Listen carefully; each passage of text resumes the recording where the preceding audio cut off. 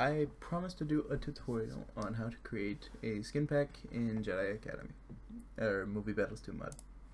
Alright, so the first thing you want to do is you want to go to jkhub.org or some other site where you can find a model or skin that you want to replace a default Movie Battles model with.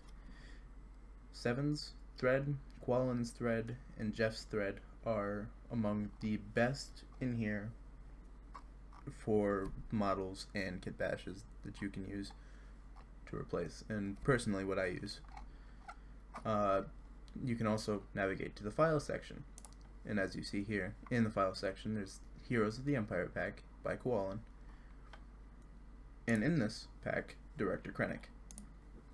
So you're going to want to download the pack or whatever you want to choose, and you're going to come across a file that looks like this. Now, if you're brand new to everything, you have no idea what a .pk3 file is or a .zip is, you will want to read the README, and it might not necessarily contain useful information for you, such as this. This probably won't help you too much. However, I suggest looking up a decent tutorial so you have a semblance of what you're doing. Alright. So now that you have this .pk3 file open, you want to create a folder on your desktop, and then you want to drag the models, shaders, and sound file to this folder. Now you will only need one specific model, but it's got to fall under this hierarchy of models / players / and then the name of the character. Alright, so in this particular example we'll use Director Krennic. Now, what you want to do is you want to make sure this icon default, or the other icon file that you want to use, is renamed to MB2 icon default. Alright. And now, basically, what that does is it allows the default icon file to be used in MB2. That is all it does. Alright. So, now what you want to do is you want to navigate to your MB2 base folder and find a file called mbassets3.pk3, and you want to open it. Now, in MB3 assets, or MB assets 3, you'll find a folder called models, players. Now, what you do with this is you want to take the character that you want to replace.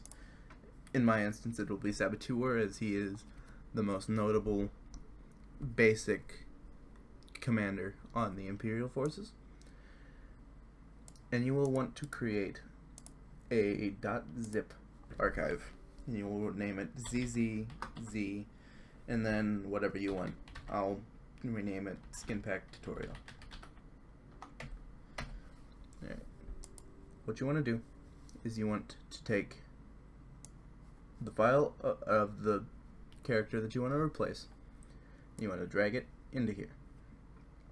Now, you'll need to make sure that in models, model data.cfg, the sounds match up with sound, characters, and then whatever the main sound file for your character is.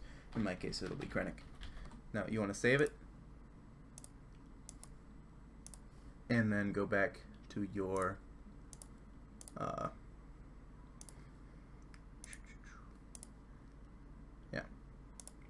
back to here. Now you want to drag all three of these into here. Make sure everything's golden. You have Saboteur, you have your sounds, and while not necessary, the shaders make everything look better. Alright. Now, if you go into the main folder of the character that you want to put into MB2, you need to copy the model.glm, the MB2 icon default, and the model default, or whatever skin you want to use, but you need to rename it to either model default or whatever else is specified in the .skin file, which you'll normally find either here or in MB models and models 2. Right, now you want to copy these with Control C, and then you want to put them into Saboteurs folder. This will make Saboteur load the Krennic model without having to replace the Krennic model and get into nitty-gritty details.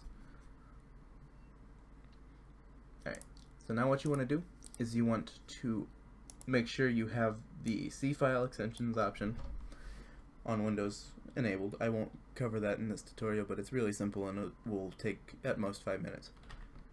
And then you want to rename .zip to pk3, and then hit yes. .zip is basically the universal .pk3. pk3 is a glorified version of a .zip that can be loaded into the Quake 3 engine. So now you have your skin pack.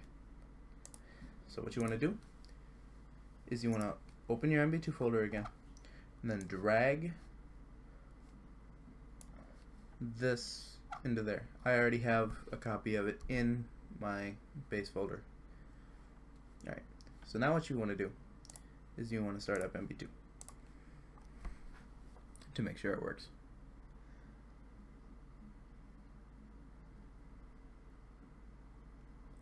Now, depending on your load speed, there will be different areas that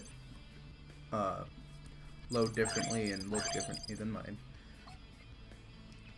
You want to join a server, whether it has population or not, it's up to you. However, I suggest joining a little to no population server if you're just testing your model pack, as if everything's working fine.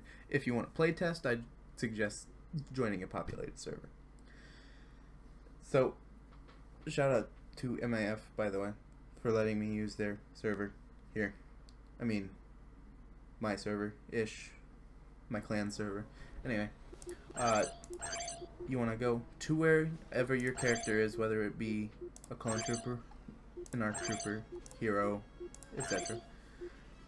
In this case, it's an Imperial commander. You must scroll all the way down until you find Krennic. Now, if you are in the class configuration menu, it'll show a little preview here, and as you can see, the character looks perfect. Now, the only problem would be maybe this holster, and that would be fixed by editing the .skin file to have that specific tag off. And the cape looks a little wonky, but that's just Jedi Academy physics in general. And as you can see, I will finish you off soon. it works like a charm. Nothing will stop my rise through the ranks. I will finish you off soon.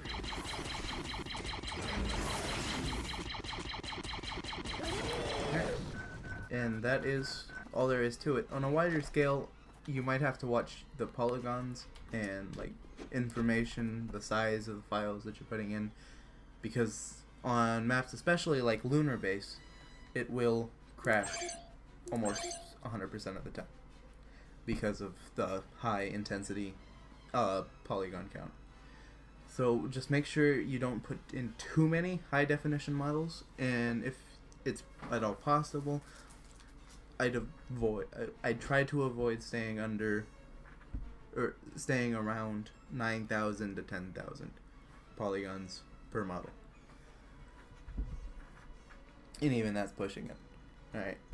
That should be everything. If you have any other questions or comments, go ahead and ask me down in the comments, and that should be it.